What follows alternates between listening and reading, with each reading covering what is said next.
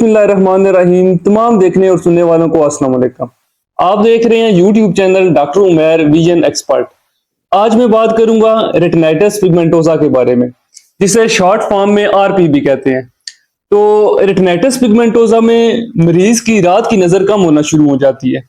उसकी वजह ये होती है कि जो आंख का पर्दा है उसमें दो तरह के सेल्स होते हैं, जिसे फोटो रिसेप्टर्स कहते हैं। तो फोटो रिसेप्टर्स में कोन्स भी आ जाते हैं और रॉड्स भी आ जाती हैं।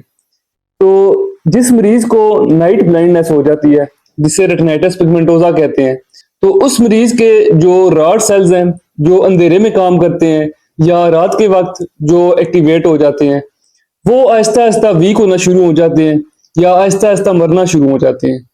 तो इसकी वजह से मरीज को रात को कम नजर आना शुरू हो जाता है, या जब वो अंधेरे में जाता है तो उसके जो रॉड सेल हैं वो इतने जल्दी एक्टिवेट नहीं होते अगर कंपेयर करें एक नॉर्मल पेशेंट के साथ। अच्छा, ये होता इस वजह से है कि ये फैमिली में रन करती है।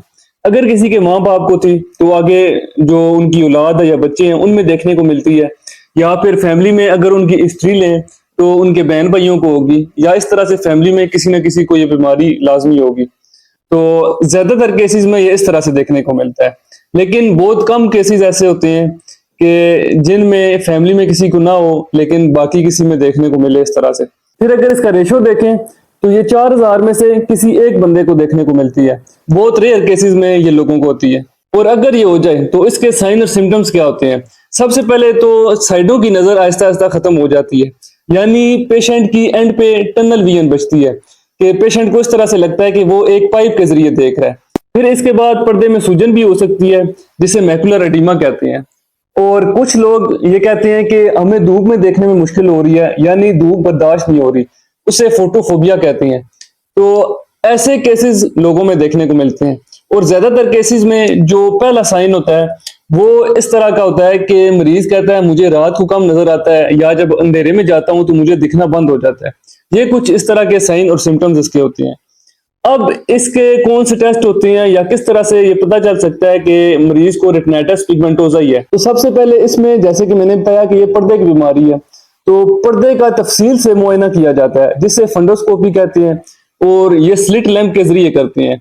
इसके बाद ओसीटी करते हैं, जो रेटिना की डिफरेंट लेयर्स हैं उन्हें देखते हैं, और जेनेटिक टेस्ट भी करते हैं ताकि पता चल सके कौन से जीन्स की वजह से ये बीमारी हो रही है। इसके अलावा इसका एक और मेन टेस्ट है जिसे विजुअल फील्ड टेस्टिंग कहते हैं। उसके जरिए पेशेंट की साइडों की नजर देखी जाती है कि साइडों पे मरीज को कितना नजर आ रहा है और कितनी नजर उसकी बकाया है। फिर एक और टेस्ट होता है जिसे ERG कहते हैं, यानी इलेक्ट्रो रेटिनोग्राफी।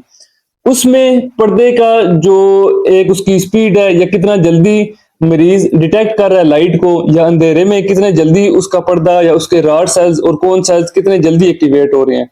यानी सिंपल ये कि रोशनी में मरीज का जो पर्दा है वो किस तरह से काम कर रहा है, या अंधेरे में किस तरह से काम कर रहा है। अब इसके इलाज की तरफ अगर बढ़े तो जिस मरीज को रेटिनाइटिस पिगमेंटोसा होता है वो काफी परेशान हो जाता है इसका नाम सुन के, क्योंकि इसका अभी तक परमानेंट इलाज पूरी दुनिया में अभी तक इसका अवेलेबल नहीं है। तो इसी वजह से जीन्स को रिप्लेस करना काफी मुश्किल है कि एक, या फिर एक आर्टिफिशियल आंख बना के इम्प्लांट करना मुश्किल है। तो इसका अभी तक कोई इस तरह का इलाज नहीं है, लेकिन इसे कंट्रोल किया जा सकता है। अब कंट्रोल करने के लिए कुछ खुराकें भी हो सकती हैं, या इंजेक्शन वगैरह हो सकते हैं, और कुछ एहतियाती तदबीर हो सकती हैं। तो सबसे पहले इसमें डाइट का मेन रोल आ जाता है।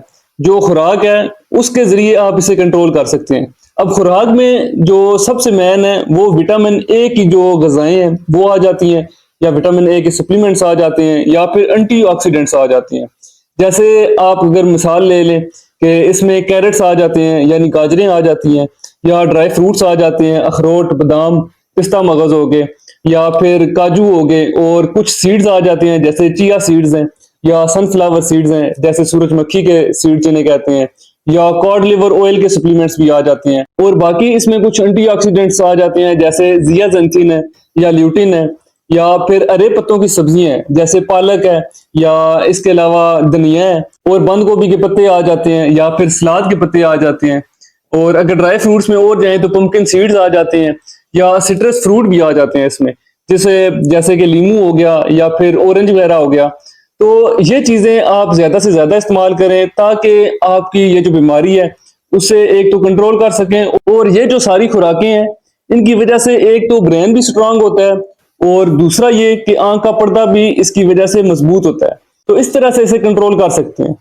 फिर दूसरा ये कि अगर मरीज को मैकुलर एडीमा हो गया, यानी इसकी वजह से पर्दे में सूजन होगी, तो वो कुछ ड्रॉप्स के जरिए भी खत्म हो सकता है। फिर कुछ इंजेक्शन होते हैं, उनकी वजह से भी उसे कम कर सकते हैं। फिर तीसरा ये कि ऐसे मरीजों को रात को कम नजर आता है, या फिर जब ड्राइव करते हैं कम नजर आता है, और कुछ लोग कहते हैं कि हमसे धूप बर्दाश्त नहीं होती, तो इसके लिए फोटोक्रोमिक ग्लासेस होती हैं, उनका इस्तेमाल करके आप धूप में बाहर निकल सकते हैं या फिर रात को ड्राइव भी कर सकते हैं।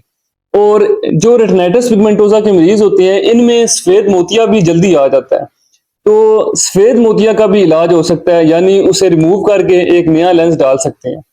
तो अक्सर लोग इसी वजह से परेशान हैं कि इसकी बीमारी का इलाज नहीं है।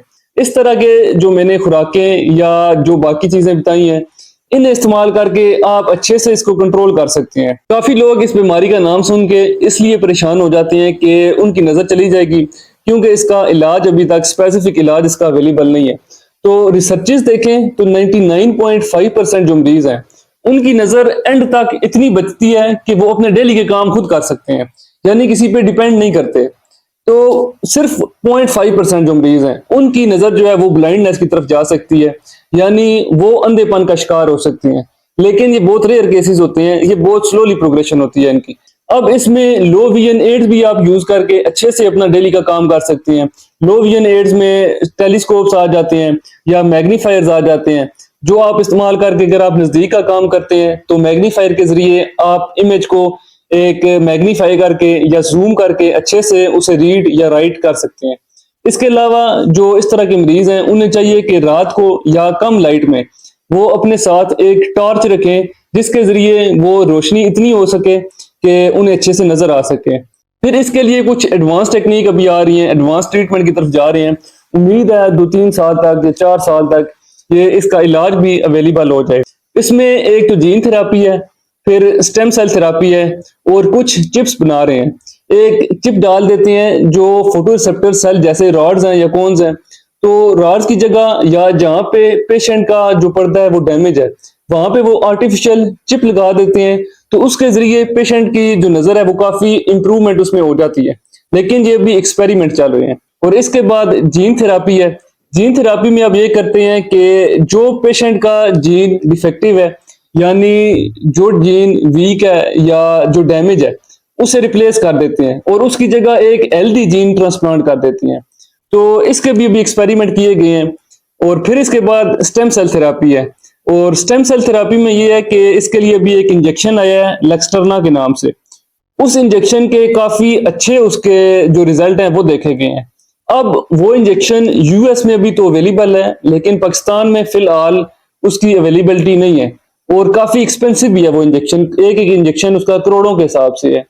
उम्मीद है आगे उसका फ्यूचर में कुछ इस तरह से पाकिस्तान में भी इलाज आ जाए, या ये जो जीन थेरापी है या स्टेम सेल थेरापी है इसका पाकिस्तान में भी अभी फ्यूचर में इलाज आ जाए।